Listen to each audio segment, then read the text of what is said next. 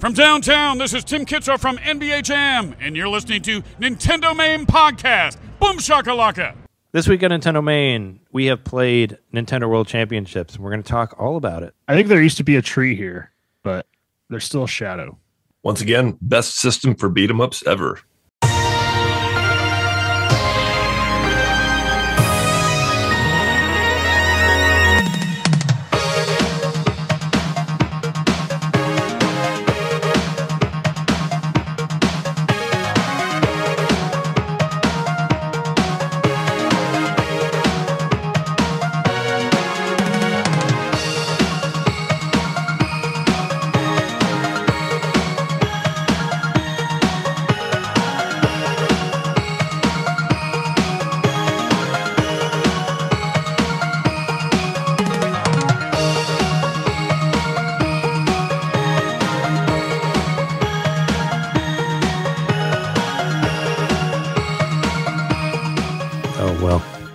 Preaching to the choir there. Welcome to NintenDomain Podcast, episode 430, your place to hear Nintendo fans talk about playing NES games again, now, today. And we're your hosts. I'm Trey, Metroid Pro Johnson.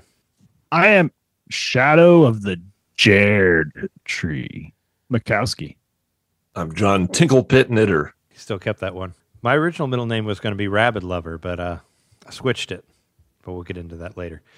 But yeah, we're recording a day later because I had to travel for a thing, and also I thought if we went a day later, we could actually talk about Nintendo World Championships NES Edition, which was released today. I got a digital copy of it, so I played it last night at 11 o'clock when it was released. I played Nintendo World Championships NES Edition and watched one of the best wrestling matches I've ever seen on TV. The same time with two TVs. It was pretty intense. But I watched the MJF Will Ospreay match, which was insane. But yeah, that's what I did. But did you get your physical copy, John? I did, and I got some stuff to open if you want to do that now. Oh, sure, yeah. Do you want to do audio only for the most part, unless you're a patron? You can see the audio unboxing. Right. But yeah, sure. Show us what you got. So I did open the box just because it was like this was packed like impossibly tight, and I thought there's no way I can. It took me about 10 minutes just to open it because everything was so tightly packed, and I had to get the knife in there and pry it open and all that. And when I open these boxes like this, I'm careful. I don't want to like bend it or crease it, and so I did open it before the show. However, everything came individually wrapped in plastic, all the contents inside. Sure. The box first of all is really nice. It's got like a nice shine to it. You know, they definitely put some care into this. It does read like it's a special edition package, so that's cool. All right, so we got the game. First of all, nothing too exciting about that. You got some nice badges on the inside. Now, I thought it would have been cool if they at least made the Switch cartridge gray, like an NES cartridge. That would have been a nice touch, but it was black and just looks like regular. Have we had any differently colored Switch games? I don't think we have. Like, nope. Not that I know. No Mario Reds. Nope. Right. I mean, they could have done the yellow Donkey Kong Country Tropical Freeze and now Returns HD. They could make those yellow like they did for 64, I guess. But yeah, no, I don't think there's been any colored ones. I think they've all just been black. All right, so these two packages here, and I think one of them is like cards, and I forget what the other one is, so it'll be exciting to open them up. But let's open up this one first. So one of them is obviously the fake cartridge, right? I think you said that. Yeah, the fake cartridge is here. So John got the physical version, which is $60. I got the digital version, which is $30. Which I think you can get it for $25 if you buy it on the Japanese eShop. It's even cheaper. I think that this is worth it. It's a nice little package. Especially the cartridge. I'll put that up on display. Suspense. Crinkly sounds. Welcome to Crinkly Town. So what is this? So it looks like a book, maybe. I don't remember what all came with it aside from the came with a book. Aside from the fake cartridge. I don't know what else is in the physical version. It was like some art cards, which I think this might be the art cards. Oh yeah, there's stuff of the cartridges, right? Or like the art the front art, even though I did think it looked better in the Japanese version because it had the Famicom covers, which I think look nicer than the American ones. Struggling to open this. This is, as I said, it's all packed like really super tight. I will say from what Talk I've played, amongst yourselves. From what I've played of Nintendo World Championships NES edition, it's a little light on games. I actually thought there was going to be more games on Yeah, there. I agree. I was actually really surprised that this game called Punch-Out is not in there. That kind of blew me Punch-Out, away for real. that there's no presence from Punch-Out. Like I kind of thought it would have been in there, and then it wasn't. And I'm like, what? Okay, this is I weird. very strongly minimal. believe they're going to add more. They started with 13. And one hint into that is there's actually a list in there of every NES and every Famicom game. Oh, yeah. You can pick which one as your favorite. So I think they're paying attention to that, and like they're going to add more. I think that would be great if they just continue doing this for like 2-3 years, keep adding more games, keep people playing. I would hope so. That'd be great. Yeah, when you start up the game, it's pretty cool. There's this little paragraph that basically talks about the original Nintendo World Championships, and it says, like, the last line is, "You probably missed it because you weren't born yet." And I thought that was pretty funny, right? Kind of throwing a little edge to the youngsters there. But yeah, it starts off by asking you, like, what is your favorite? Do you like Famicom better than NES, or do you like both of them? Like, these are all stuff that'll like show up on your profile. And yeah, and it asks you what your favorite NES game is of all time, and it has a list of every NES game that was released. Was Gimmick on there? Were you able to find it, or was it only like Gimmick American? was on there. Gimmick was on there. It was but it was in the Famicom games. Okay, yeah, I was curious because I know like different regions would probably be different. Basically, what I did, just because I'm fighting for it, I put Star Tropics down as my favorite NES game because I want Nintendo to know that I'm one of the people that want to see Star Tropics again. It's been gone for too long. Bring that shit back, please. Star Tropics 1 and 2 were great games. I mean, more one than 2, but still, I'd love to see a new Star Tropics game. I've been pushing for it for a long time. If we can get Famicom Detective Club back, all these years, certainly Star Tropics has some hope. All right, so I guess that's skipping to a news item, but yeah, MEO ended up being a new Famicom Detective Club game, which I do actually have one of the original ones. And Jess and I played, and it was fun. We never made it all the way through, but we had a good time with it from what we played. So these are the beautiful cards, and they are the covers of every NES game included. These look really nice. Yeah. So they're like flashcards? Yeah, pretty much. Like postcards kind of about. They look like postcard size, maybe a little bit bigger. Yeah, there's something on the back there. We got Mario on there. There's Mario on the back. Digital 8-bit Mario icon there. There's something else back here. I'm curious to see what this is. This is not a game cover. All right. That's Legend of Zelda on NES. Zelda, Metroid. You got Samus on the back. I am the Metroid Pro. I've proved it by playing other people on the internet. No one has been able to beat me on the Metroid challenges that were available online. That's all I'm saying. You can watch it on YouTube. I recorded it. It happened. Just maybe pretty good. These cards are really nice quality. Excite Bike. Here's giving you a preview of what's Ice Climber. I hate that game, but yeah, it's in there. It's got terrible controls. Balloon Fight. It's there. Good soundtrack. There's a Chip Tanaka on there. Super Mario Brothers 3. There's the right bros, not the left bros. There's actually a reference to the wizard in the game involving Super Mario Brothers 3. Oh, I didn't know that. Oh, sorry, spoilers. I guess you haven't got there yet. No trouble. Actually, there was a reference, I believe, to the wizard in the advertising that came out today. If you watch they put out the Nintendo hotline. Yeah, the Nintendo Power hotline. I didn't watch the video, but I saw that at the bottom of the screen, it said like hotline unfortunately does not exist, or it says something about like they should have brought it how back. It would be incredible if it ever existed again, but it does not exist. Like there was some fun like sarcasm in the bottom there. They should have brought it back for a week. That would have been awesome. There's a lot of people like myself who never got the chance to call. The parents wouldn't let them call. So John opened all the little like postcards or whatever. They look like laminated or whatever they are. They're really nice. Yeah, like little different displays for all the different games that are in there that are included in the. What I'm going to do with these? We'll do something. I mean, you could stick them on your wall back there. There's some empty spots. You can put them around. Good. Yeah, I'd say they're about like 75% the size of the actual NES card. packets. I'm opening this other package. This is the one I remember that we're getting art cards. I don't remember what this is. So this will be a nice surprise. Well, I figured that's the cartridge, right? Or did you already open the cartridge? No, the cartridge is already here. I'm looking at it. Maybe there's an art book or something. Like, so yeah, when you you guys talk amongst yourselves. So when you start up the game, you get like little small challenges. It starts off like being a couple seconds, and you earn coins for for getting like they'll grade you depending on how much time you spend on each one. You can get you get like a C or a B or an A or an A++ or an S. I got an S on some of them. And you can basically, as you go through each of the games, there's various challenges, and the challenges get longer and more difficult as you go, and they cost more as you have to cost more as in-game money. And your final challenge for every game is 300 coins for you to unlock.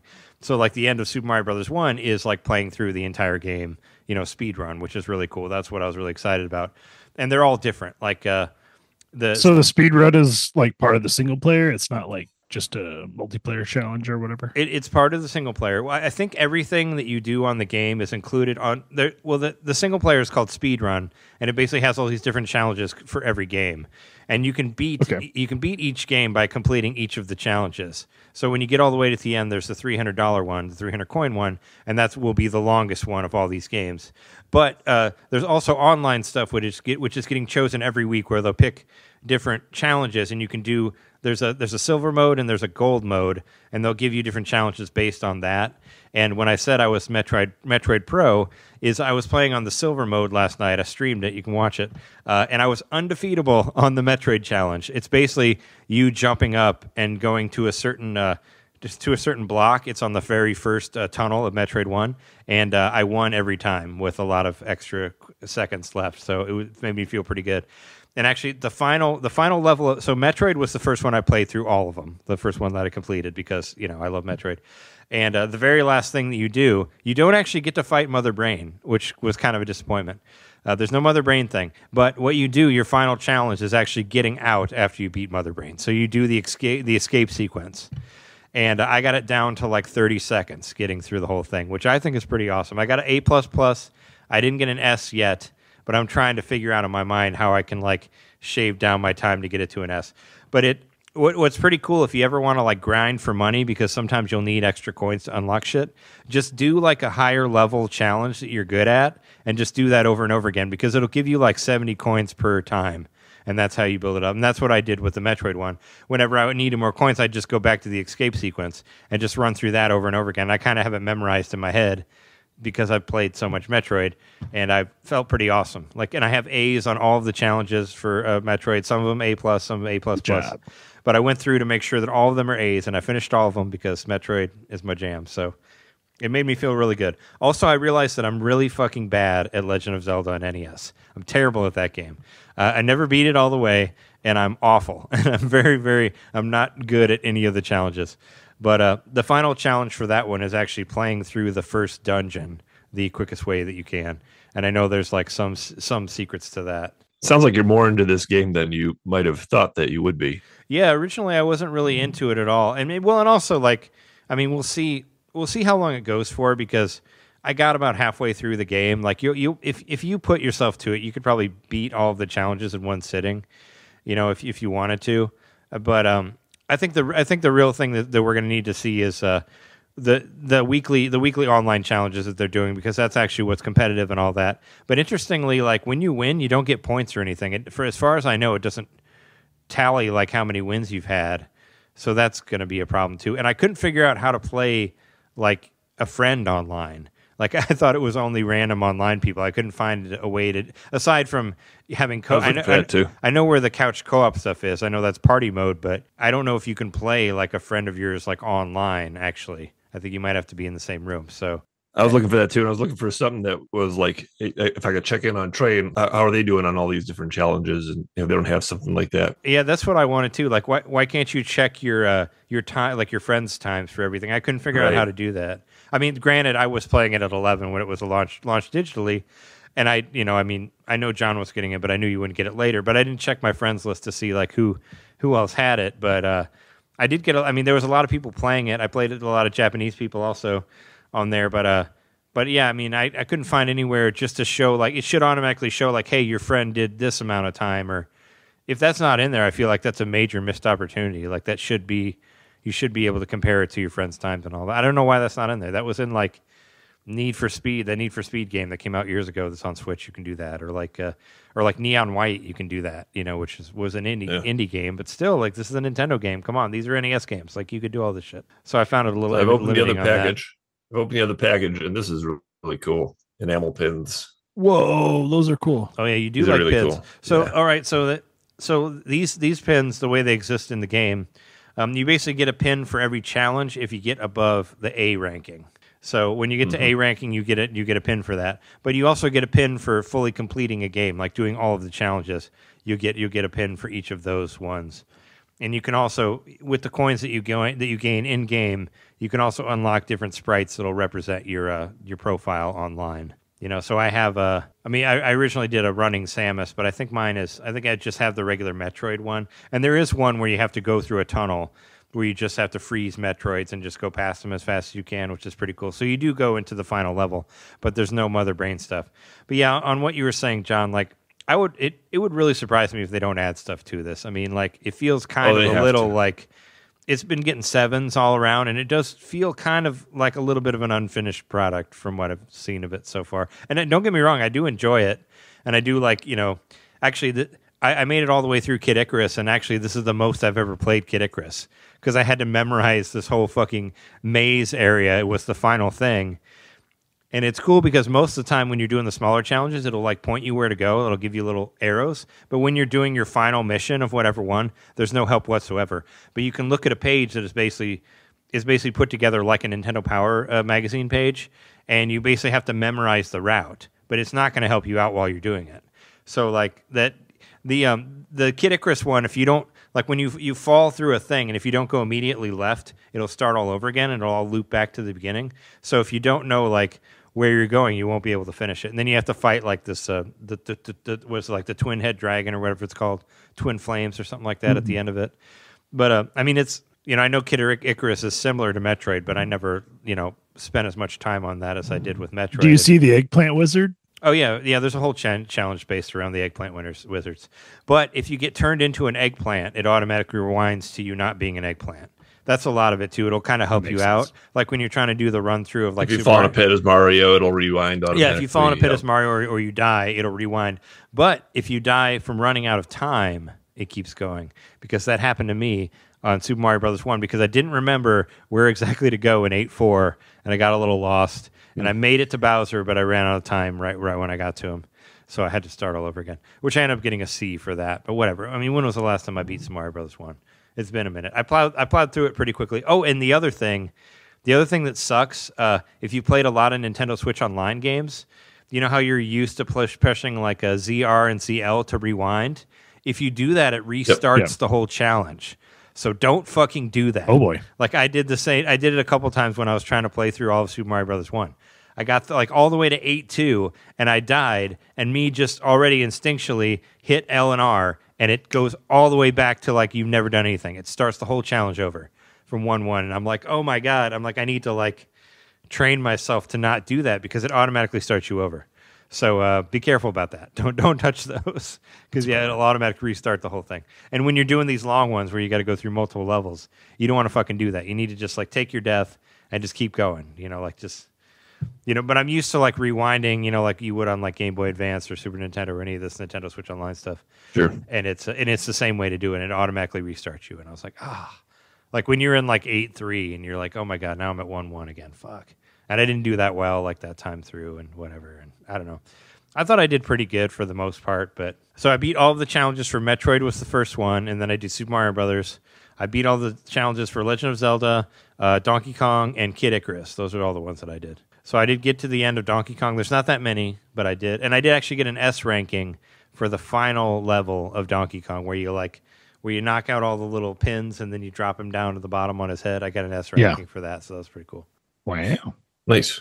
So these pins, the ones that are included, you got a Mario one, a Zelda one, a Metroid, Donkey Kong, and then there's one in the middle here for the Nintendo World Championships logo. These are really nice, super nice quality. It's definitely not cheap material. They look like something that you'd want to collect it. Something that would gain value over time, perhaps. Looks like something you want to pin on something, right? Correct. All right, now the crown jewel. There it is, complete. There's the gold NES cartridge right here in plastic. This kind of warmed my heart. I didn't consider that it would be in one of these. There's a plastic little sleeves. little plastic sleeve for it. Yeah, I got a bunch of those. I mean, they don't look that, like the color doesn't look that bright on there. They're very faded, but I do have some of those. All right, so here's the cartridge. It's got some cool designs on the back. There it is, the gold NES edition. Nintendo World Championships. Nintendo World cartridge. Championships NES edition. Did you blow in it? Yeah, you can. I mean, does it? But it doesn't have a connector, right? It doesn't look like it has a connector. It doesn't have at the a little. bottom there. It doesn't have a little circuit board in there or anything like that. That's a shame. They should have had a fake one in there just to. Oh, so you have all the different icons of the different games on there. I see games on the back. I see the three places for Excite Bike on there. Which Excite Bike has only been Tetris brick. Oh no, that's the 3 places for Excite Bike. The stuff I played on Excite Bike has only been like, hey, get through one lap of this race, that sort of thing. But if you wipe out, it'll rewind it. And also the rewind kind of sucks too because you don't do it. So sometimes you can get stuck in this like infinite loop of dying over and over again because you'll restart. And then you'll restart above like a pit, and you'll fall into the pit again, and they'll rewind you back to you falling into another pit again, and you can't stop where the rewind goes to. So when I was playing Super Mario Brothers 1, I kept getting into this fucking endless loop. John's showing the see-through stand for the gold card. Yeah, it's nice. Cool. Acrylic even. Yeah, I like it. This was worth the extra money. I think they did a good job on this. So I think it should have had the dip switches. Like it could have had a nice little detail. Oh, like the original cartridge does. Little dip switches on there. But anyway, yeah, well worth it. I think for the game itself, I've only played about half an hour. I got a good impression of it. I was playing with the NES controller, which I think makes a big difference. I'm really enjoying using that old controller again. They're on sale. They're on sale now. They're like 20% off. I mean, I know you guys have them, and you gonna pick some up? I'm not gonna buy one, but they're out there. I was trying to figure out a way to get. I was kind of interested. It's the one time I can't find my G-Bros adapter. I don't know where it is. I know I've used it at the house. We're actually hitting our year anniversary of signing on the house like tomorrow, which is pretty awesome. Wow! In our South Side house, but I couldn't find my G-Bro adapter because I was going to use the NES controllers that came with the NES Mini or the NES Classic, but I couldn't find my G-Bro adapter, so I didn't get to do it.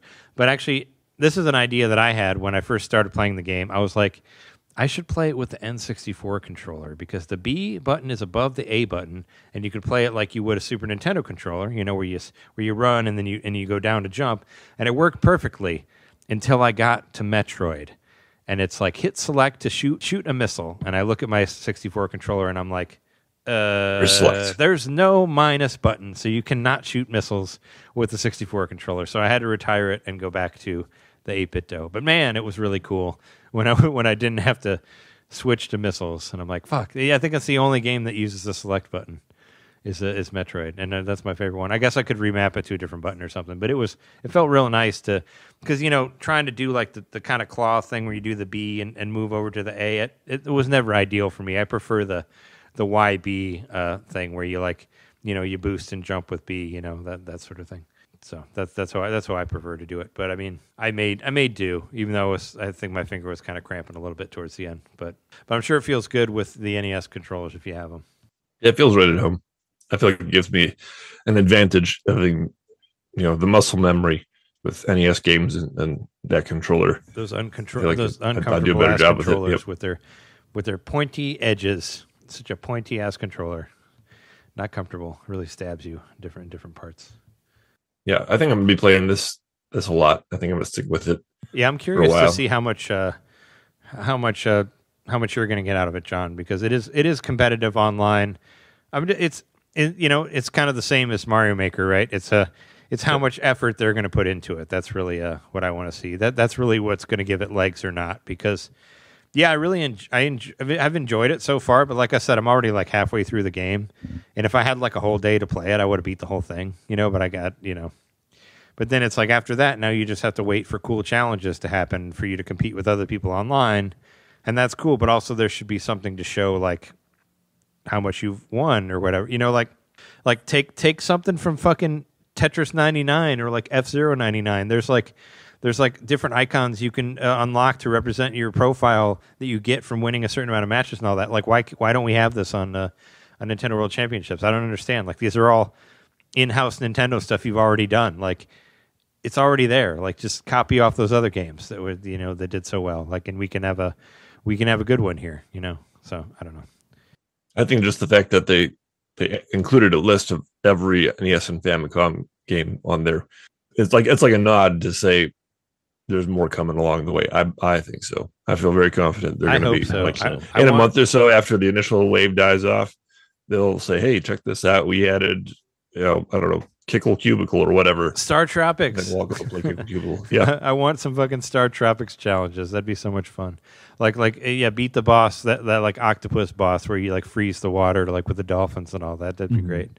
Or like the ghost level. Or you could do like they could do a whole thing where you're in the whale. Like that was always one of my favorite levels because you don't have to fight anybody. You just have to find the lighter and light the raft on fire so the whale will like spew you out or whatever. So yeah, let's put some fucking Star Tropics stuff in there. Come on, nobody's doing anything with it. But yeah, I did when I saw it on there, and I was thinking. I even said it on the stream. I was like, I know we did like a specific top NES games expansion pack episode. Then I'm sure I put Super Mario Brothers 1 at the top there just because it's an incredible game. It's easy to play or whatever. But just for the sake of Star Tropics, I'm putting Star Tropics down as my number one NES game in hopes that Nintendo can see it and be like, hey, people like that game. Like fucking, you know, do something with it, please. Like, come on, stop. Bring back Mike Jones. Yeah, stop leaving us in the dust here. For all of us who loved Mike with the bananas in his ears and the yo-yo and all that. I think there's a pretty decent chance that they will evaluate what people select as their favorite games. I hope so. Put that into consideration. I was listening to the Kit and Krista podcast maybe 2 weeks ago, and they just explicitly noted that Nintendo looks at everything you do on the Switch. They collect every bit of data that they can, and it helps them make decisions and stuff on what they're going to do. So I believe that part of the reason for putting this huge list and asking, hey, what's your favorite game is like basically, what else do you want added to this thing? Star Tropics. I mean, they own that. They can put it on there. Nobody gives a shit about that game. Like, put it on there. They own about it. They own it. They don't have to deal with copyright or anything like that. You know. I don't even think anyone in Japan cares about it. It wasn't even released there, right? It was American only, so nobody even cares. Maybe it would be a novelty for them. There's like a Twitter that I follow that's just it's just they randomly post the amount of days it's been since Star Tropics 2 was released. And it's just like this amount of days since there was a new Star Tropics game, and that's the only thing. Do you mean like the original like NES release? No, they're talking about how many days it's been. Yeah, since Star Tropics 2. Since 2, yeah, since Zoda's Revenge. They say it's been this amount of days since the last new Star Tropics has come out. Yeah, Zoda's Revenge, the second one with time traveling. But I mean, I was having a good time with it. Like I said, we'll see how much I can I return to it. It's going to be interesting for you too, John, because you got it as a physical cart, and it has to battle. Got it as physical. Has to battle with Tears of the Kingdom for you, back and forth. You got to switch that cartridge. I think that's why I think maybe it might work a little better as digital, just because, you know. Well, it even says so it's going to change the online challenges next week, so it's going to change like next Wednesday at like 4 a.m. and then you'll have different stuff. But did you get to play any of the online stuff at all, John? Did you do any of the competitive stuff? I made sure to go through and try everything. I did one challenge, on each of the World Championship stuff. Yep. So there's one where you just go for times, but there's another one which I think is pretty cool where you play against 7 other people online, and it's like split screen against 8 screens, and that's really cool because you can see where everybody else is at, and the one. But it's their ghost data. It's not live. No, it's live. It's live, people. No, it said on there when I started it up. It says this is their ghost data. It's not live. It's not live. Nope. Oh, why was it all these different people that had all these different names that were not like Nintendo? Because it's their ghost data. But I had a different person every time. I thought it was all competitive. You're competing against their, when they did the single challenge, because it's basically and they put their names in Japanese, and they said that their favorite game was Back to the Future 2 and 3. Yes. Like, I don't know. I mean, I thought I was going up against actual people. Well, there's two different online ones. There's the one where you just like go for a time, and there's the silver and the gold one. Yep. The silver and the gold ones, that's what I'm talking about. When I started it up, it says you're competing against other players' ghost data. Like when you're playing the individual challenges, and then you can see a recording of your best time. Well, yeah, they do that when you're doing it in the other. They do it for the challenge. They do it for the challenge mode. Yeah, they do it for the challenge mode, but then I guess it's taking that data and you're competing against that data of other people's. Well, why do they suck so much at Metroid then? If these are their fucking ghost times, like, why are they awful at it? Why am I beating them like 20 seconds ahead? Like, seriously. If this is their fucking ghost data, maybe they should go do something else because they're awful. And I got different names every time. I got Japanese names. I got names that I don't think Nintendo would actually use for their names on there. So I don't think this is just the developers' names. No, it's other players' ghost data. Okay. Oh, all right. So that's why one of them said like Dead Trump that I saw on there. That's why it showed up there. Because there were ones that I was pretty sure was not. Well, that's a shame. I thought I was actually competing directly with people. That's more exciting. But I mean, I won every time. Nobody could dethrone me on Metroid, and I was like, "Oh, does everyone suck that badly?" I guess they do. And then nobody played NES Metroid. That scores the game less for me. I thought I was actually playing against people. I guess they give you it's like those first levels of Star Wars Hunters, right? Where they make you think that you're playing against online people, but you're not. You're just playing against bots. But they don't have actual names. They're just called Jedi 5245 or whatever. Like, they're not actual like created personas or whatnot. That's really fucking. What do you think about all weird. This? What do you think about all this? Has it convinced you to get the game, or what do you think? Honestly, the only thing I care about is the Mario 1 challenges, and I guess I don't know what the Mario 3 stuff's going to be. I figured you would care about. I want to play the multiplayer. I want to try it, but yeah, I don't know. I'm still wondering if it's worth $40. $30. 30. It's 30. It's 29. I thought it was 40. It's $29.99. It might be worth 30 unless you buy it physical with the extra stuff, and then it's 60. Is the difference? I mean, it's like I thought you would have fun. Seems like it could be but at the same time, it's so few games. Yeah, I thought you would have fun at it just to be like just to flex your NES abilities and all that stuff. Like I did really terrible at all the Mario 2 stuff. Like on the gold challenge online thing, the first one you do is you don't get to choose who you play as when you're doing it through Mario 2. Also, like they like automatically set you up as like Luigi with his fucking wiggly legs, which is really hard to control. And so you have to do wiggly leg Luigi, and you got to jump on the thing and move and get on the magic carpet and go under the forklift guys or whatever. And I'm fucking terrible at that, and I could not win ever. I always got last place, so I could barely even compete in the gold one. But whenever there was a Metroid one, I killed it every time. And it was called Survival Mode. Yeah, there it is. Okay. 3 matches against ghost data from around the world. Man, lies. I thought I was playing against actual online people. No wonder it works so well, right? But it won't let me do it. I'm not connected to the internet right now. It still won't let me do it. But maybe because it has to pull the ghosts. But regardless, every ghost that I played as, they all suck at Metroid. They got to get good. Get good, kids. That's what I say. I can be the Metroid Lord. So that was fun for me. Why can't Metroid crawl? There's one game there's one I can be good at. It's called Up and Out is what it's called. But I did it every time, and I was surprised by how far ahead I was of everyone. But I mean, I play Metroid. I've played Metroid NES many times. You even said 86 was your favorite year games came out, because it says here that Metroid came out. No, it was 2002, and it was my favorite year because we had 2 Metroid games. We had Metroid Prime and Metroid Fusion came out on the same day. That was where that idea originated from. But it turned out there was a lot of other games that came out in 2002 as well, including Animal Crossing and Wind Waker and a lot of other shit. So it was good. It was a good year. You said 1998 because that's the year that Metroid came out on N64. Oh, wait, no, never mind. No, there was no Metroid N64 game. It probably would have been bad if there was. Probably would have been great. Yeah. We got some Facebook comments. Oh yeah, I forgot about that.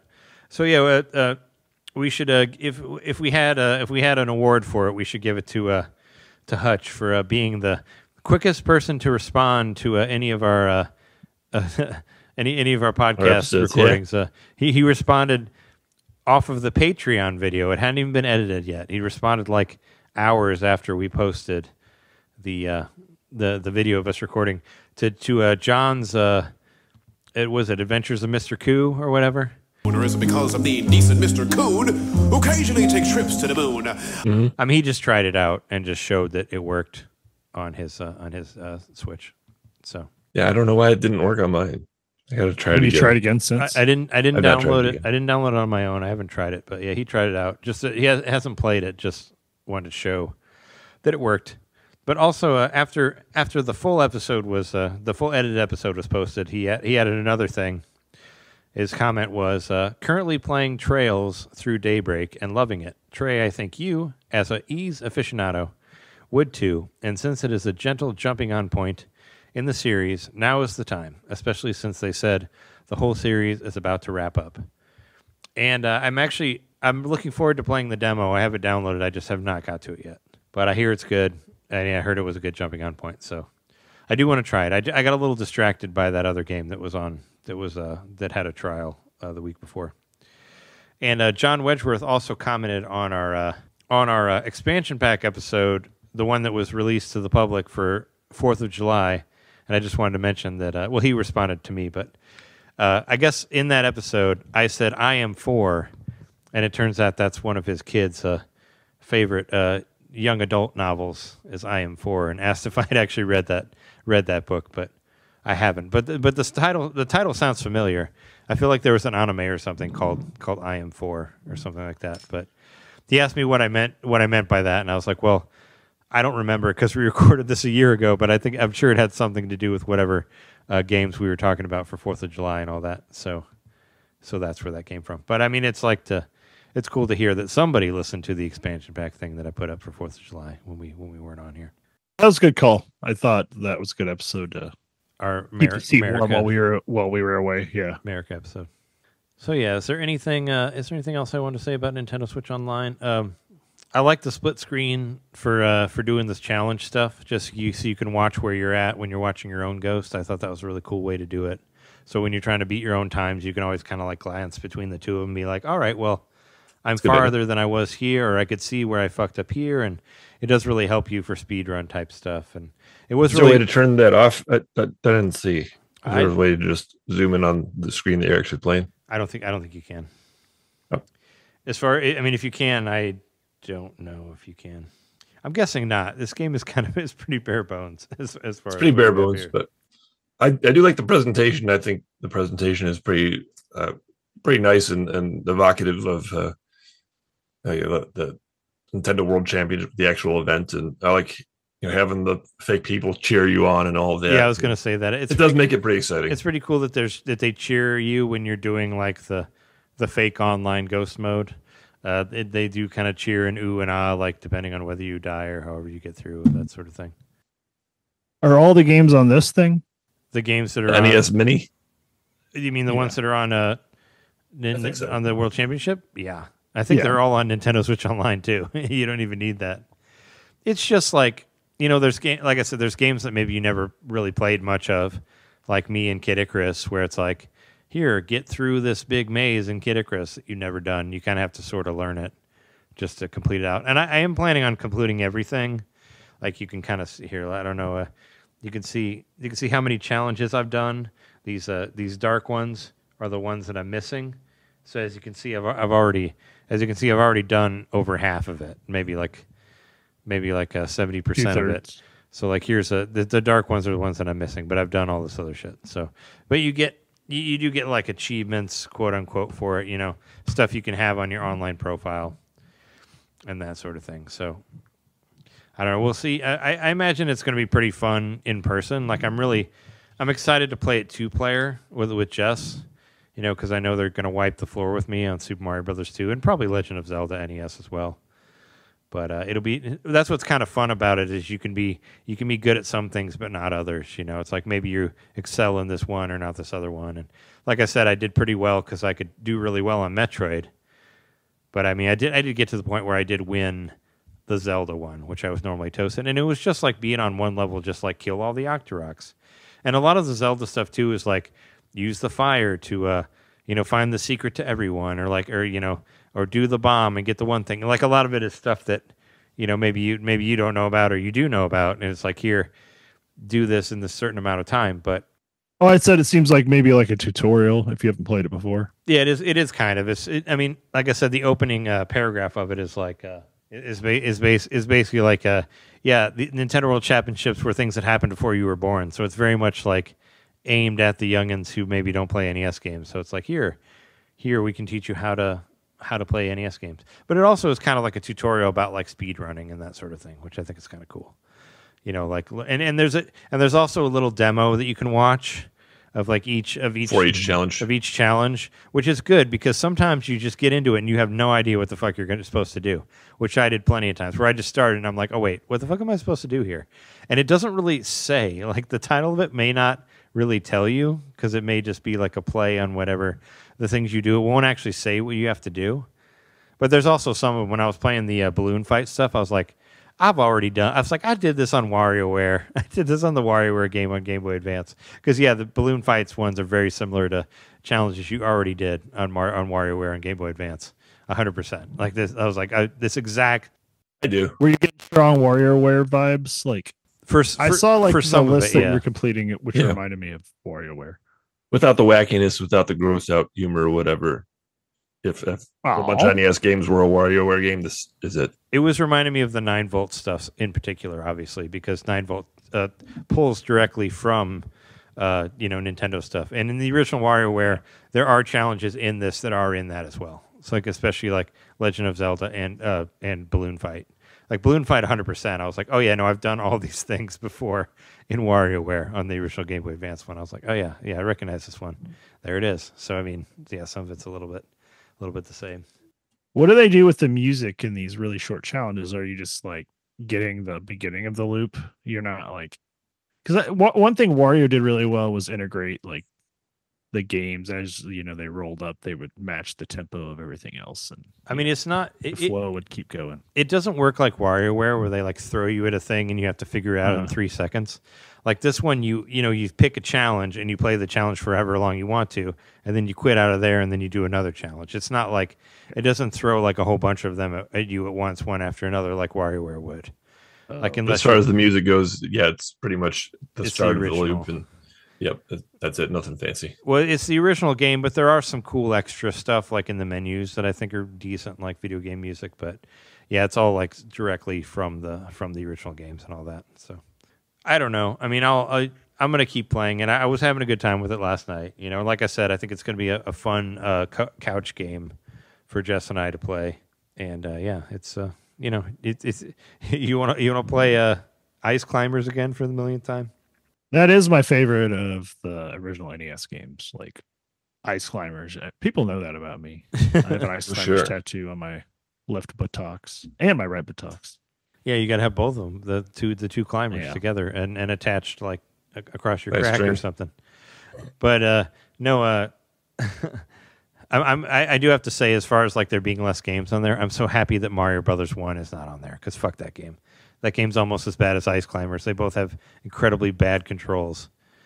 You know what I'm talking about, the original Mario Brothers, the one with the fucking with the guys that come out of the pipes. That game is not fun to play. The one you can play on like on all the Game Boy Advance console games, which I think they might have made you play it on a little bit better on there, but it controls awful.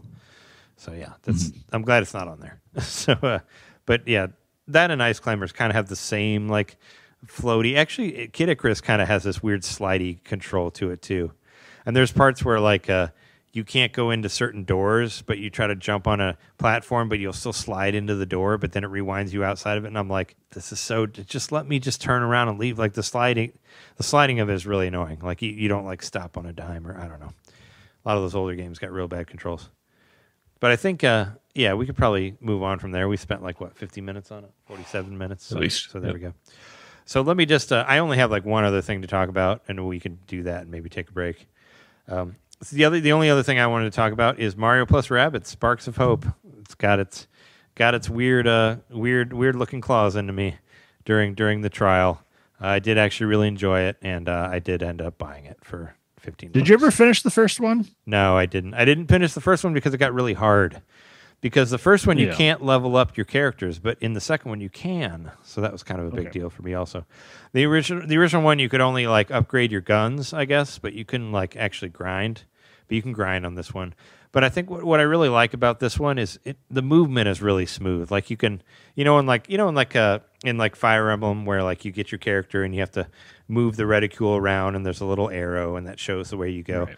Instead of having that, it's completely fluid. It's like, okay, you have this amount of time this area to move in, and you just move the analog stick, and you could just run around in this. And you could run around to one of your characters and jump off of them, and then you float off to another part, and then you land, and you run onto somebody else, and you hit A, and you attack them automatically. Like they tried to make it like the most action-y turn-based strategic game that they could.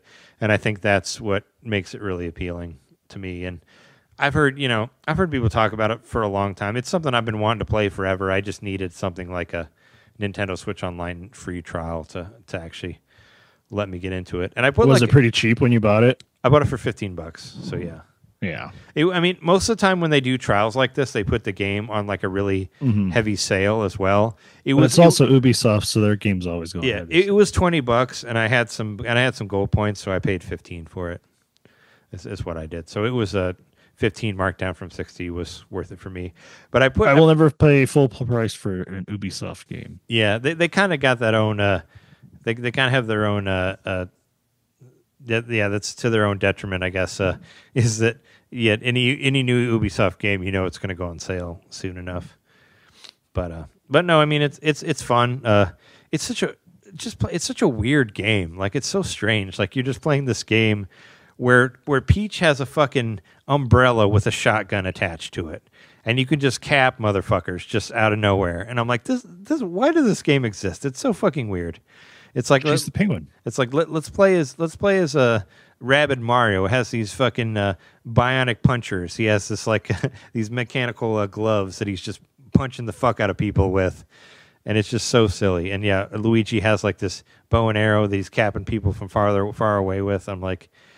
I remember when like Shadow the Hedgehog came out and Sega was like, here's Sonic with guns, and Nintendo was like, we'll never do that. Go forward so many years in the future. We got Mario plus Rabbids Kingdom Battle.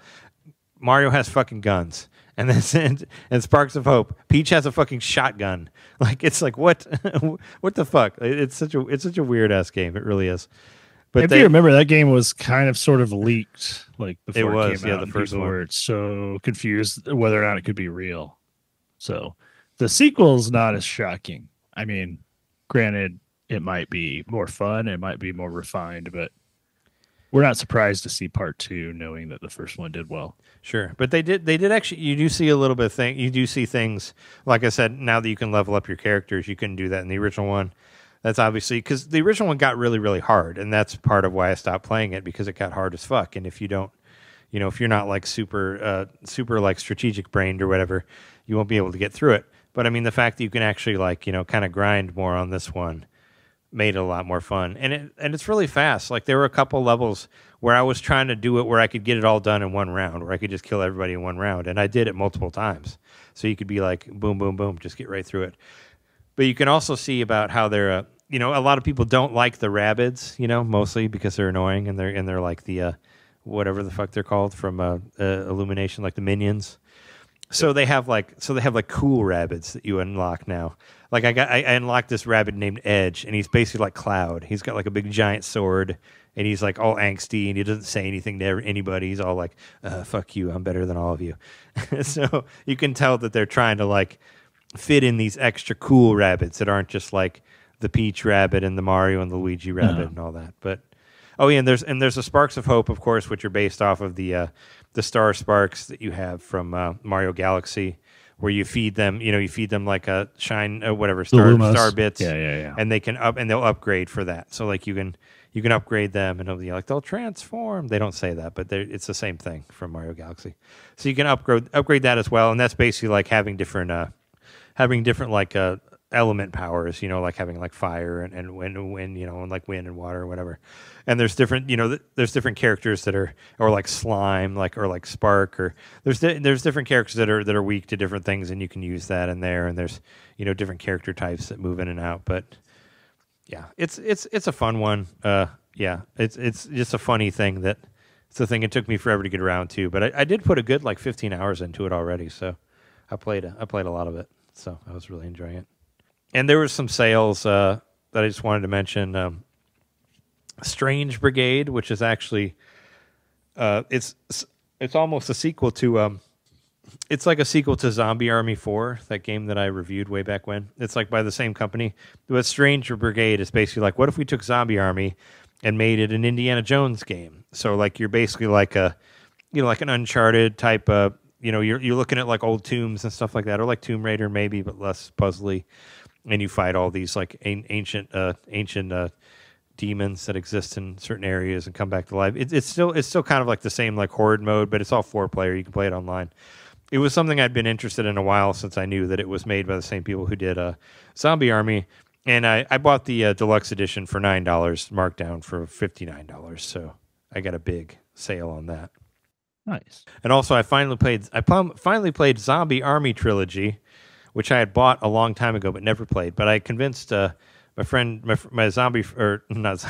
wrestling friend Joe to get it, and we played it for our last Wrestle Chat stream, and it was fun. It was fun to play that multiplayer, and I think it's like I think it's all systems too. Like I think it's crossplay and all that. So we had no problem finding people to play with and all that, and it was good to blow up some zombie heads. It's good. I like Joe being your zombie friend. Yeah, well, zombie wrestling friend. But I convinced him to get it. I was like, hey, check out this online zombie game for $7. He's like, I'll try that out. And then we tried it, and he was like, oh yeah, no, I guess you know what I like. And I was like, well, I don't know. I thought you might be into running around and shooting zombies in a third-person shooter thing. So it worked out. So there you go. But yeah, that's what I've been doing for the week. You want to take a break? Yeah, and I think I'm actually gonna dip. I'm sick and I'm flagging right now. Okay. Was there anything else you want to talk about, John? Like anything else you did this week or any of the news stuff? I just saw this on the news right now. This is interesting. Mario Kart, this is IGN. Mario Kart Wii's Rainbow Road is apparently, canonically, it's positioned over a large part of Canada. Oh. Who did Naughty Oxford figure that out? Like, I was going to say, where did that come from? This is an article from that's the first person I thought of as well. Of IGN, and let's see, Twitter account Mario Broth blog highlighted the placement of the racing series' most iconic track in a series of posts. Those who put some time into the Nintendo spin-off franchise might have noticed that Earth can be seen below some versions of Rainbow Road in game. The account offered an in-depth analysis of the size and location of both Mario Kart 8 and Mario Kart Wii iterations of Rainbow Road, revealing that they both cast shadows over very different parts of the planet. And Mario Kart Wii's Rainbow Road is over Canada. Whoa. So I was like, hey, how do you feel about Canada? Like, we're over it. I mean, Rainbow Road's like in the sky, right? Isn't it above like all of Earth? Yeah. Or it's just the one parts we can see is the best of Earth. Canada. But perhaps geographically above Canada. Nothing is above Canada. Oh, that's nice. I mean, they have free healthcare. No, I'm just saying that's a nice place to live. They have Alaska above them. No, I mean Alaska's still about us, but they also don't have free healthcare because they're United States. Anyway, all right. Well, I guess we'll take a break, and John will jet out of here, and we'll be back with Jeremy and me. You want to say goodbye, John? I'll see everybody next week. Say goodbye, John. Say goodbye to the people. Goodbye, people.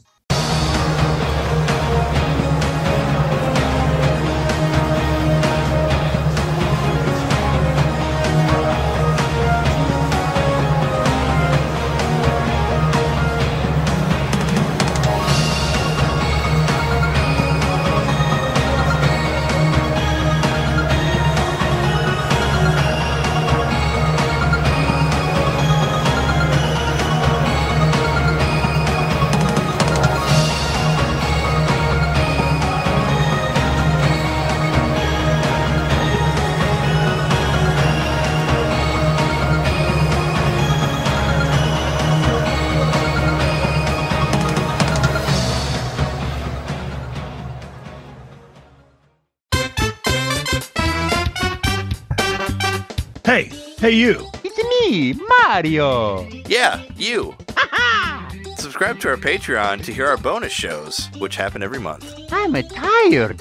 Tired of all the big corporate podcasts spoon-feeding you the same old video game news on every single show?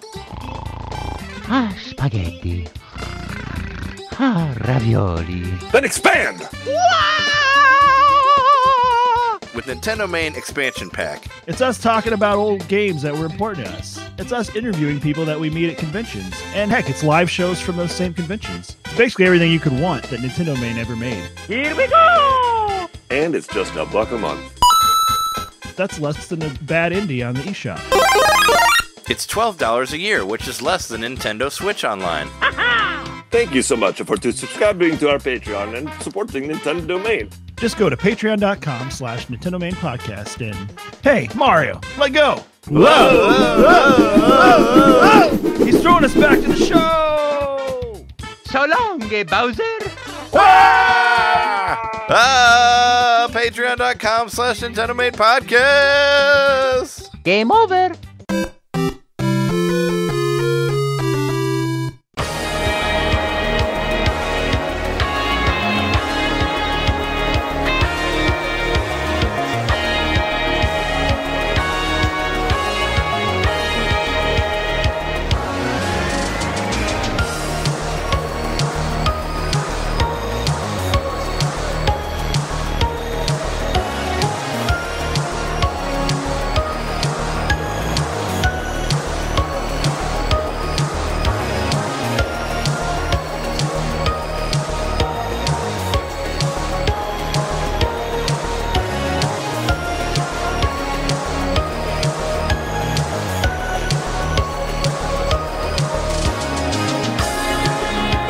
Anyway, all right. So we're back from the break. I think you've been playing something. I think you've been visiting the ErdTree recently. I have, as I said, the DLC for Elden Ring. I finally got it. I actually got it before last episode, but I hadn't really played it much, and I didn't really feel like talking about it yet because I didn't really know what was going on yet. I thought you got it, but you hadn't got to it yet, right? Because you got to beat those bosses before right, you exactly, get there or whatever. So here's what happened, and I figure I might as well tell the story of how I played this. So I decided finally I was going to get the DLC. So I was actually on Moog, Lord of Blood, but I couldn't beat him. The problem was I was playing on my new file, which was not save game or not new game plus, on the PS5 that I had started playing right after I got the PS5. So I had a whole other character I rolled and was playing for the DLC because I was sort of like told by a lot of different sources that's what you wanted to do, because when you do new game plus in the Souls games, they make the enemies harder too. Is pretty much how it goes. So everybody levels up. It's not just the character being better. So kind of they were basically scales with saying right. So they were basically saying that the new stuff was going to be way too hard if you were on New Game Plus. So I thought, well, I certainly can't do that. Well, I got sick of not being able to beat Moog. So I was like, well, you know what? I'm gonna see if I can import my PS4 playthrough, which is the file I beat the game on. I'm going to import that into the PS5 and, start a new file. And that's what I'm going to do. Well, turns out I couldn't do that. I had to erase this file that I'd spent close to 60 hours on to import my PS4 file, which ended up being worth it, by the way. But still, I was just like, wow. Still, though. So much time. 60 hours. Just melted away in front of my eyes. Yeah. Lost into the fabric of the universe. But when I brought my New Game Plus character in, I was like, all right, let's do this. Let's go to the shadow. I'm gonna buy the content. I'm gonna do it. So I bought the content. I, waited for it to download. I'm like, all right, well, let's up my game. And I had forgotten I had started a New Game Plus on that file. So not only had I not beaten Moog, I had also not beaten Radon, which are the two big bosses you have to beat to play the DLC. I was like, shit, I'm even like further behind than I was. And it actually turned out like whenever I played, my New Game Plus last year, whatever it was, I was doing like a boss rush, and I had like totally skipped huge areas of the game, and like I hadn't unlocked like all these different like fast travel points and stuff that I needed to get everything I needed. So I ended up like speed playing through a bunch of areas of the game, and I was so strong that it actually went really quick, and it was actually pretty fun, and it reacquainted me with the controls of this game. This game has fairly complicated controls, and especially on a console, on a console where you're using a controller. There's just a lot of shit you got to do. Think maybe not quite as bizarre as Monster Hunter, but it's up there as far as like games with all these strange inputs I got to use that I normally don't think about. So I got back, I got reacclimated, and I'd say it took me less than 2 hours to like get my New Game Plus ready for the DLC. So I hopped in the DLC and went to the first boss and just got, well, not the first boss, the first enemy just got completely wiped, like two-shotted. I'm like, okay, well, this is hard. I've been told it's really hard, but yeah, it is. And I kept pushing my way through. Eventually I got to a boss, and the boss just kept killing me and killing me and killing me. I'm like, shit, what am I gonna do? And I actually started looking online at different builds and stuff. And I went back to that. And I decided, well, I need to go respec. There's a spot you can go to respec. Well, I went there to respec, and I couldn't because I didn't have the item I needed to respec. So I actually had to like unlock a whole other area of the map to go find these items that I needed to respec. Needless to say, it actually ended up being a lot of extra steps to get ready for this content. But once I was finally there, I've actually loved it. It's really fun, and all the bosses are really hard, but I'm also really strong. I think I just passed level 220. Wow. So I mean, I'm super OP. That's a lot. That's a lot of levels. Yeah, I'm super OP, and I've built up. I mean, I'm really well balanced, but like I use the blasphemous blade, and I actually went and got a second one. So I'm two-handing, I'm dual wielding blasphemous blades. Is that the Wolverine? Shouldn't be able to do. Is that the Wolverine claws, or is that a different thing? No, this is a sword that's like wrapped in souls and remain. I don't know. It's gnarly. You'd have to look at it. It's a very bizarre blade, but it's my favorite blade in the game, and it's also got like a really cool Ash of War that like shoots this fire column in front of you that you just like mop the floor with, like normal small enemies. So yeah, going into the DLC with that build, and like I said, I respect it. I gave myself more like health and stuff. Like I always I never prioritized that in my last run through, but I came back and I was like, all right, we're gonna give ourselves a lot of vitality. We're gonna give ourselves a lot of I can't remember exactly what it's called in this game, but I don't think it's called vitality, but there's a certain stat that that makes your health bigger, your health bar bigger. So I did that, and I went in and I like rebalanced my stats, but it's not. It's hard, but I would say I've never played a DLC that was this fun. Like I've never like just been this like pulled into a DLC. Like, it's like a whole other game, and there's certain like things that are different about it because there's these certain power-ups that only work within the DLC. So you can go somewhere, you can go back to the original map with all of your new weapons and stuff and see what that can do. But there's certain like perks that don't transfer over if you like leave the land of shadows. So that's been interesting to check out.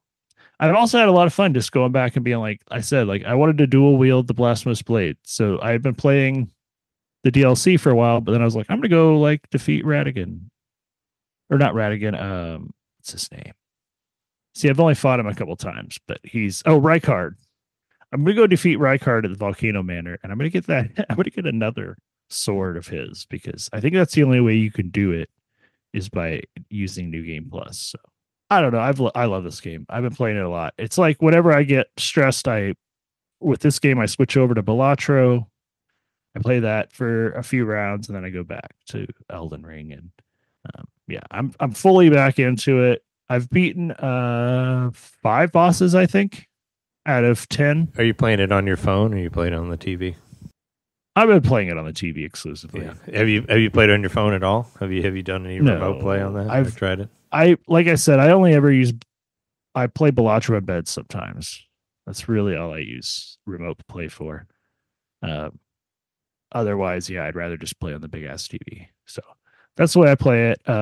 I will. Another thing I figured I might as well mention. It happened a couple weeks ago, and I haven't mentioned it on the podcast yet. But my PS5 controller, the charging port broke. I'm so pissed. Oh, what do you mean? Like how did it break? Like it just won't charge, or the USB-C port broke. Well, what happened was it fell while it was plugged in, and it caused it to like bend out of shape. And so there's like this little like pin thing, or not a pin, but like a little tiny. If you look inside of like a USB-C, you see like a little mini circuit board in there. And I was gonna say, yeah, it's out of shape. And it's C, right? Oh yeah, because it's got that mini like whatever plate in the middle that it connects to. So I actually heard recently that Sony has their own version of USB-C. So even though it's still USB-C, like it's a proprietary way that it snaps into their controllers and stuff. And I think that's why it fucking broke. That doesn't surprise me. Actually, on the PS4, the PlayStation 4 controller, I could never charge my PlayStation 4 controller on anything other than the PlayStation 4. Like even if I used that exact same plug on any other thing with a USB, like if I plugged it into a wall, it wouldn't work. I don't know, maybe that was just mine, but yeah, I ran into that issue where I was like, well, this is fucking stupid. So if you're playing a game and your controller dies, you have to like use a USB extension thing to hook it to your PS4 because it would never charge on anything else other than the PS4. It was really annoying. I don't know if that's a specific thing for other people, but I ran into that. And I was super pissed. And my first thought was like, what do I do? Because like, okay, so originally I actually was able to keep it working. So that's why I said I didn't mention it on the show, but it was kind of a problem that developed several weeks ago. And I would actually take like a little push pin. I could fit it into the slot and like bend that little board that had been bent out of place, and then I'd be able to plug the USB-C in and it would work. But obviously that stopped working after a while. I mean, sticking a push pin into the charging port of something is not a long-term solution. And so eventually the port stopped working. So I was like, what the fuck am I going to do now? So I started looking up PS5 controllers. Like, of course, there's third-party ones that are a little more affordable, but a first-party PS5 controller is like $80 or something. Yeah. Well, I mean, even the Switch. I'm like, fuck even that. The Switch Pro controller is like $80, I think. Stupid. Controllers are expensive. So I actually spent couldn't play it anymore that night because it stopped working. I switched over back to the Switch, started playing Balatro on the Switch, and I'm just like, what the fuck am I gonna do? Like, I can't buy a new PS5 controller, but like, I want to keep playing my games. And then I realized, oh wait, it's little charging pins on the bottom of the controller because that's for docks. So I bought a PS5 controller dock, so I own one of those now. And it works great. But I'm kind of annoyed that that's the only way I could charge my controller. Like, I can't just, grab my phone charger and throw it in when it's about to die while I'm playing. So that's a bummer. Because the charging port doesn't allow you to play while you're charging. But at least I can I just have to remember to put my PS5 on the little dock when I'm done with it, and then or my controller on the little dock, and then whenever I play next, it's ready to rock.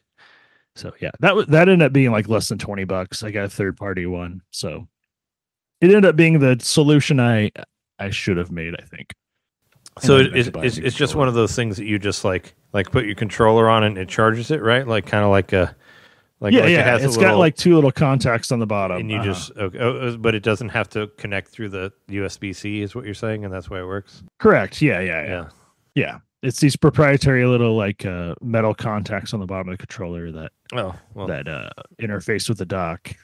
These docks. I think there is an official like PS5 dock, but the one I bought was like a third party, and then you have to like go into your settings and like make sure there's always power being sent to the USB ports and all this crap. But yeah, I got it to work eventually, and now, whatever. I'm still using my first party controller. I didn't have to buy a new one. I just can't plug it in like I used to, and that's a bummer. I'm really sad that I don't even think I've had that controller for, yeah, I've had it for like a little over a year, and I've already broken it. Yeah, when did you get? I mean, when did you get your PS5? I think I got the PS5 last May. I'm pretty sure. Oh, okay. I was gonna say how long have you had it for? I thought you were gonna say that your PS5 had drifted, because I've heard of them drifting as well, like with the analog stick and all that. Yeah. No, luckily that didn't happen. I actually just couldn't play on my PS5 for like 2 or 3 days while I waited for the dock to arrive. And that was fine. I had other stuff going on, but just a little bummed. I thought the USB-C port was invincible, but it's not. It breaks too, barely. Yeah. Don't drop anything. But as far as Shadow of the ErdTree goes, any of our listeners, I know you've played. I know you played Elden Ring, Hutch. I don't know if you played this DLC yet. Played it. The DLC's locked. The DLC is behind a wall of actual like pretty hard stuff you have to do in the game to find it interesting that it's sold as much as it has. So many people are playing it, but also it just kind of goes to show how great this game is. And Trey, you own Elden Ring. I really think you should play a little bit of it. I own it. Just I'll try it. Boot it up. I'll try it one of these days. And just focus on like exploring and leveling up, and you're gonna have a good time. And then you'll eventually start to see these incredible bosses, some of the best bosses in all gaming, I think. I'll try it at some point. I got a lot on my plate as far as games go. I just realized that I'm supposed to get through Xenogears in a month for Mike's podcast for next month. So I got to get on that too. I actually have Xenogears on PS3. I already bought it, but yeah, I have till the 18th of August is when we're supposed to record on that. So there's another thing where I was like, oh man, so much pressure. Got to get started on that at some point. But yeah, I'll say Shadow of the ErdTree. Yeah, it's a great game, and I'll finish it. I think I'm already kind of on the path to get through it. I don't know if I'll be done by next week, but I imagine within the next couple of weeks I'll have finished all the bosses. If you're wondering, yes, I do use summons. So some people don't use summons. Some people consider that to be cheating, but I use summons. Well, some people play Smash Brothers without items. And you know what I say to them? You're boring. That's what I say. Items are fun. And I also have a really good time summoning people. Like summoning's in the game. It's part of the game. You should be able to do it. So yeah, I actually had someone named Let Me Solo, but I don't think it was the same Let Me Solo her. I think it was a different person with the same name. But they completely destroyed this one boss I fought. So yeah, they were at least like in the same vein of an incredibly OP player that I just happened to find at the summoning pool. So that was cool. But that's the way this game works. You just have to decide your play style and stick to it, and that's what I've been doing. Sometimes you find some of the coolest people at the summoning pool. That's just where they all hang out. Just it's like the public pool, but the summoning pool. I would say it's like the water cooler at an office, but in Elden Ring it's the summoning pool, and you just kind of stand around and like talk shit about other people. Because like what? You just hope they don't like spawn in front of you, like just as you're talking about them. I mean, wasn't that like the Mr. Show later joke where like whenever you talk about somebody they spawn behind you? I think that was the Bob and David Netflix one. They're right behind me, aren't they? Yeah. I'm glad you finally got onto the ErdTree. If you need a break from ErdTree and you just want to blow through some Legend of Zelda stuff, check out Nintendo World Championships for $29.99 on your Switch, or for $25.99 if you want to buy it on the Japanese eShop. It's cheaper on there, of course. Everything is. So why don't we talk about the news for a while before we get out of here? News. Don't snooze or you miss the news. Let's talk about the releases for the week. There's a lot of them. Actually, there's some from last week because we didn't get to them. Ace Combat 7, Skies Unknown, that came out last week. Disaster Band, which it's like a rhythm game that kind of looks like it's trying to go the way of a Trombone Champ. Kind of has that same feeling. It's all like it's like drawn out, like a black and white stick figure-esque thing. I don't know. That came out. That's like $10. Tinkle Pit. I guess this was John's nickname before he took off. It's an Arcade Archives game. It looks kind of cool. I mean, I don't understand exactly what you do, but it's a Namco game, action game. It's also what I call a porta-john. The Tinkle Pit? Yeah, that's. It sounds like some sort of pea related thing. Yeah, that came out $7.99. But what I thought was kind of cool, which I didn't know about until I just found out last night, is Gundam Breaker. The network test is out right now. The network test is out. You can get it for free for Gundam Breaker 4. I didn't get a chance to play it yet because it was taking forever to download, and it wouldn't download while I was playing NES. I want to call it NES Remix. I know it isn't, but Nintendo World Championships NES Edition. It's way too long. But when I was playing that game, I couldn't download anything else because it's connected to the internet. So whenever you play a game connected to the internet on the Switch, nothing else will download. So it's annoying. But yeah, Gundam Breaker network test is out, and I really want to try that out.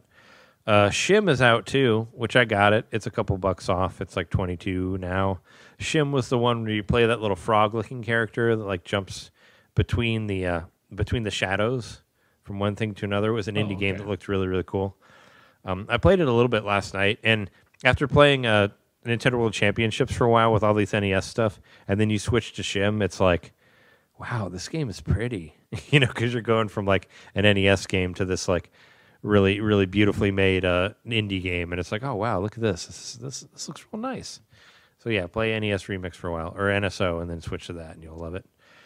Darkest Dungeon 2 is out this week for $40. I've seen mixed reviews on that. I'm kind of interested because, weirdly enough, Darkest Dungeon 2 does not have any Darkest Dungeons. No more dungeons in this one. Now you're on a carriage, and you basically ride through the lands, and you fight people through that. But there's no actual dungeons. So I find that a little weird. Actually, I love Darkest Dungeon 1, even though it was brutally hard. And as much as I loved it, I can never beat it because you get this really, really good team that you love, and then you get fucking destroyed on the battlefield. And it being like a roguelike, you got to start all over again. And it's, it gets, after so many times, it's hard to like pick up the mantle again after your team has been destroyed so many times. But I mean, it's got the same art. It's got the same like voiceover of the narrator, like describing like what you're doing and all that. So I'm kind of interested in it, but I'm not interested in it for $40. But it's kind of funny that they took the dungeons completely out of it. I've heard some people like say like people who love Darkest Dungeon 1 say like fuck 2 because it doesn't have because 1 kind of had that like Dungeons and Dragons feel to it, where you're like on the, where you're like actually where it's a map that you created like out of like a out of like a piece of paper, and it felt like that. It felt like you're moving down hallways that you like drew out or whatever, and I thought that was a really cool, appealing part of it. But I guess that's gone in the new one. Yeah, I wonder if their approach is to make the overworld the dungeon, so to speak. Like that's I guess that's kind of what it is. Yeah, where the overworld is the dungeon, but you're not actually in a dungeon. I mean, actually, a part of Darkest Dungeon was also the darkness of it. Like if you don't have enough torches, you can become like your character will lose your sanity quicker if you can't keep the place bright enough. So there was this whole character of the darkness as well, which I thought was really cool. That first one was really good. I mean, I can't recommend it enough. Like I said, be prepared because it's hard as fuck, but it's. If you like roguelike games, but you want to do like a turn-based one that will like just fucking destroy you, like do that one because it was really. See, really I love Slay the Spire, and I hear this is a bit more of a developed version of that. Yeah, it's. I mean, there's no cards in it. I mean, Darkest Dungeon, and I guess 2 still has this thing where the different classes of the different characters they'll react different ways. So if you have like a priest character mixed with like. I don't know, like somebody who's against the faith or whatever, they'll have like clashes within the party, and I always thought that was really cool. Where like, or like if you're using like a ghoul or something like that with a priest, and they'll attack differently depending on who they're with, and like that's not something you normally see in RPGs. And I thought that was a really cool mechanic. It was really good. Hot Lap Racing came out this week, and it was actually reviewed by Philip Arona, who's been on our show before. Watch the Nintendo World Report video review because Alex is actually did the voiceover for it too.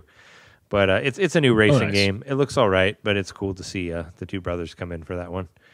Speaking of roguelikes, Teenage Mutant Ninja Turtles Splintered Fate came out this week, which is basically the Turtles version of Hades, is what I've heard. And This is like for free on Netflix, right? On the Netflix games, you can play it on there.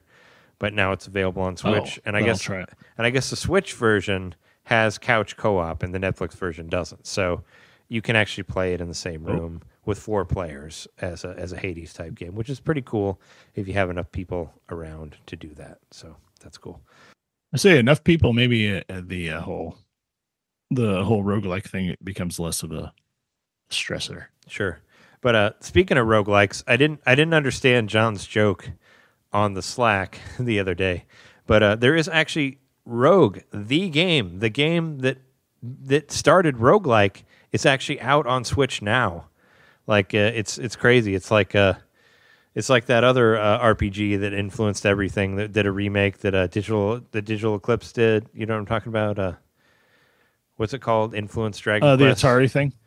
No, the RPG that's out on Switch now that influenced Final Fantasy and Dragon Quest. Ultima. Right? Oh, was it Ultima? No. Wizardry. Wizardry. It's like Wizardry. They did a remake of Wizardry that came out on Switch, but now they're doing a remake of Rogue, of the game Rogue that all roguelites and roguelikes are based on, and it's on Switch now, and you can buy it for $7.99. It's fucking dirt cheap. It's the original fucking Rogue game that revolutionized all of video games forever. You can play that original 80s Rogue game now. It's called Epic's Rogue, spelled with a Y. And John made a comment on Slack being like, "Oh my God, all these like roguelike games. There's just so many of them. Like here's another one, just like all the others." And I looked at it and I was like, "This doesn't look like any of the others." But I didn't understand that it was what he meant was it was the original Rogue, the Rogue, not roguelike, the Rogue. You know, like Metroidvania or just Metroid. It's the original one. You can buy it for $8. I'm kind of intrigued. It's an X-Man game. It's you can play as Rogue from the South. You can steal their powers by touching them. No, I don't think it works like that. But yeah, the original Rogue game is available on Switch, and that's pretty rad. In between episodes, the Starfy games got added to the Game Boy Advance. Oh right. I tried to play. I call them Kirby Light. Yeah, I remember you saying that. I actually tried to play them while I was editing last week, and for like a Kirby-like game, they are kind of text-heavy, and they're not translated at all. They're all in Japanese. So you kind of just fumble through it until you figure out how to get the extra powers to get to the next part. But, I mean, I did okay. Like, I got through a couple levels, but there is a lot of text in it. I mean, that's, it's kind of a shame that they didn't translate it at all. But, yeah, Starfy. The 3 Starfy games are on there. So when I lived with Nick, my old roommate, not the one from Lincoln, but my other roommate, Nick, he had a couple of the Starfy games. There's either 1 or 2 that came out for the DS. I can't remember, but there was one that came out on the DS, and I was playing it on the DS Lite or the DS XL because he had the big old giant DS. And man, that game looked so good, but I just recall it being like mind-numbingly easy. Like it was just like, am I even playing a game or am I just watching something happen almost? And not to say like the gameplay and stuff isn't fun, it's just so easy. I guess like there Kirby was is easy. This is easier. I mean, for what I played of it, there was no instance where I lost any life or I could possibly die in any way. So, and speaking of Kirby, this is what I hope. I guess John already left the show, but I hope that he plays Nintendo World Championships enough that he can love Kirby, because the Kirby game, the Kirby's Adventure, has the most challenges of any game on the whole thing because it's the longest one out of all of them, right? So I hope that he learns to love Kirby, because there is some pretty difficult challenges in there based on Kirby's Adventure, and I think Kirby's Adventure is a pretty amazing game for NES. It is. I mean, that was like a swan song of the system. It came out much later. And it was made by Sakurai himself that worked on that, and I think it's a great game. I can't remember if it came out in soundtrack. 93 or 94, but it was like late. It was one or the other. I'd say I would guess 93, but it was pretty late towards the end of the system. But it's a great game, but it's got some hard parts to it, and they definitely highlight them in the game. And there are some stuff that I didn't know about. There was some secret stuff that I saw from playing NES World Championships. What I do think that's cool, where they highlight stuff that maybe you don't know, like some secret paths that you haven't seen before. Like there was this one where you fight one of the regular eyeball cloud bosses, that you've seen in so many Kirby games, and you like basically you take this one. You copy this one ability where you can do like the high jump, and you just jump and you keep jumping and jumping, jumping, and get all the way to the next part, and that's showing you where a secret ending of it was that you wouldn't have done if you didn't know about that. So there's some cool extra stuff in there. But yeah, Starfy, I didn't see any instance where I might die in there. It just kind of floated around. They're very pretty games. They look amazing, but they just look like I can't remember if it was a HAL character, but it was just a Nintendo character. But it reminded me so much of, I don't know, was Sakurai involved? Yeah, I do it, but I don't think so. I'm looking at it right now on Wikipedia. There's a Hitoshi Yamagami and Yasuhiro Minamimoto were the main creators. Actually, one of them was the head of the Tosei company, which we've talked about them. They've done many games that I think that was one of our expansion packs we talked about, a game that they did. But yeah, Tosei did a lot of stuff. Actually, I think Tosei was one of the main developers on this. Yeah, I haven't gotten around to playing them yet, but it's a lot. It's a lot of content. It's a lot of new stuff for the Game Boy Advance app, and that's pretty cool. I need to check it out. There's so much out there. I just need to play that I already have. Yeah, they kind of did. They kind of almost did like a 3-point counter or something, like a 3-point combo there, where it's like there was the N64 mature, and then there was the 4th of July NES games, and then there was the Game Boy Advance stuff. Oh yeah, and even before that, there was Metroid Zero Mission, and like Four Swords and all that. So I feel like they've been kind of like every couple of weeks, been kept adding stuff to it. So that's good that they're still supporting the Nintendo Switch Online stuff. I did want to. I wanted to, since John never really got to fully explain his middle name earlier about the or not necessarily his middle name or his intro or whatever about the the beat 'em ups being on the Switch so much.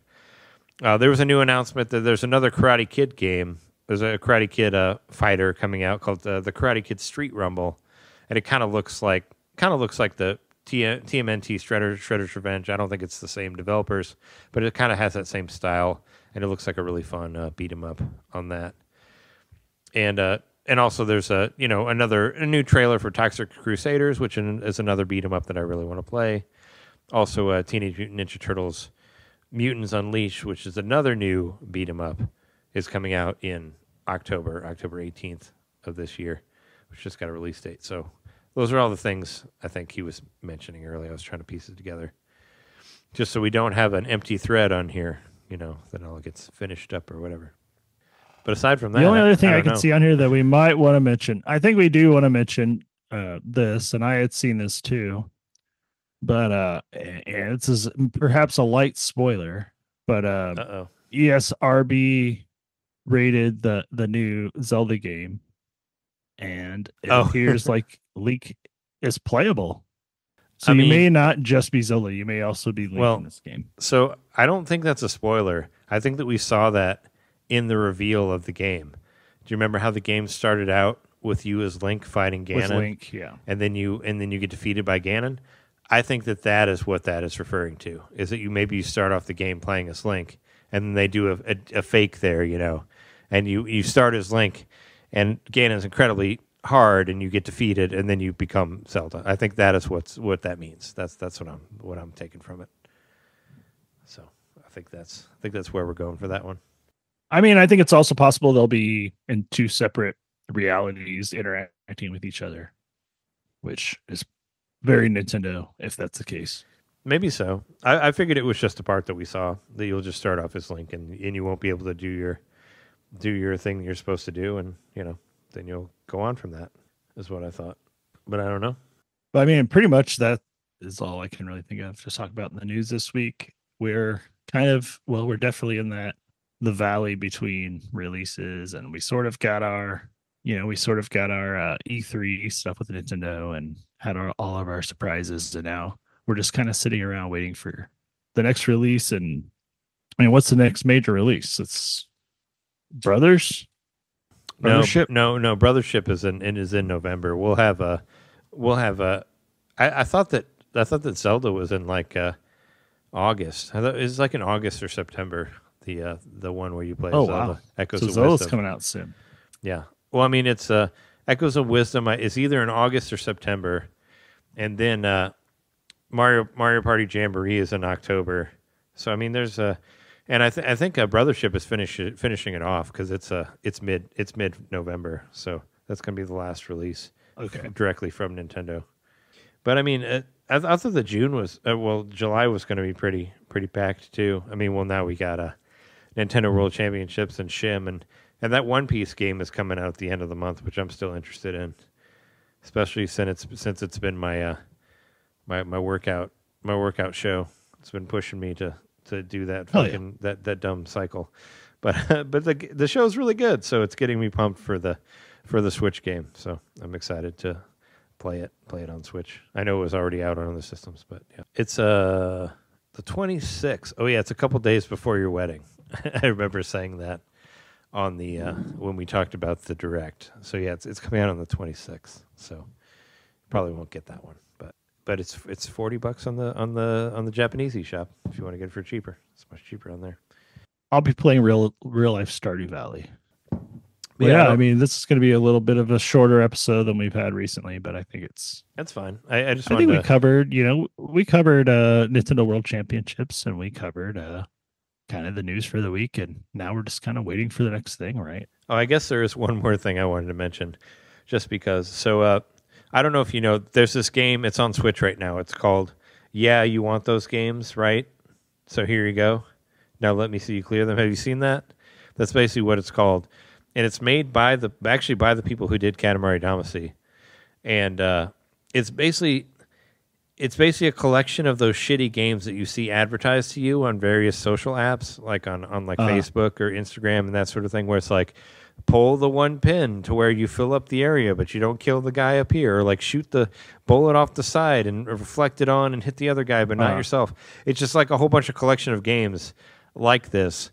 And I heard that it was done by the Katamari Damacy developers, and I was like, "Oh, okay, I'm kind of interested in that." And I've had it marked on my wish list for however long on the eShop, and it never gets low enough for me to try it out, because from what I heard, it's like, yeah, it's a cool idea, but these games are have as much depth as you think they would have, like not very much. Like it's fun, but it's only going to be fun for so long. But what kind of blows me away is they just announced that they're making a sequel to it. They're doing another one. So apparently people cared enough about this other collection of these basically, making fun of these shitty games that you see on like Facebook apps or whatever. But they're doing another one. That just kind of blew me away, because I didn't think anybody cared enough about the other one. But it's like, oh no, we're doing a second one now. So I guess people other than me pulled the. I mean, the satire could be. Pulled the trigger on when it was on sale. I just didn't feel like I'd get that much playtime out of it. Like I've seen the ads. The one where you're like, you got the guy and you're running through and you got the gun and you're shooting the zombies or whatever. And I was like, yeah, that'll be fun for like 2 minutes maybe. I think it's hilarious when I'm scrolling through social media and it'll show a game, and then there'll be like a little like community note underneath that'll be like, this game doesn't exist. It's just like a demo, like it's just made for this like advertisement, but it's not a real game. I don't know. Have you this is not even aside from the news, speaking of dumb iPhone games, have you played the Monster Hunter puzzle game on iPhone yet? I have not. Oh, it's fun. I've actually been having a lot of fun with it. I hate phone games, but I've been having fun with that one. It's just like a basic match 3 game. It's free, and you play as a Palico. So it's not a location-based game, or because I thought there was like a Monster Hunter or like Pokemon Go kind of thing. Yeah, there is. It's not that though. It's just a puzzle game with based around Monster Hunter characters, and it's pretty fun, and it's completely free. I mean, you can buy. It's like most free games. You can pay for shit, but I haven't paid for anything. And when we were in the basement for the tornado warning, I was playing a lot of that. And it's a pretty fun. It's a pretty fun iPhone game. I've been having fun with it, and it's free. And there's parts where you do get to full on fight monsters, like actual Monster Hunter monsters. I have all these games on my iPhone, and I still just play Suika. That's like all I play. Oh yeah, I play a game. I don't like playing things on my phone really at all, but this one's kind of fun, and it's got some cool Monster Hunter stuff in there, and it's pretty good for what as far as puzzle games go. So check it out. And also, you have Netflix too, right? I wanted to say this some point on the podcast. You should watch this show called Star Trek Prodigy.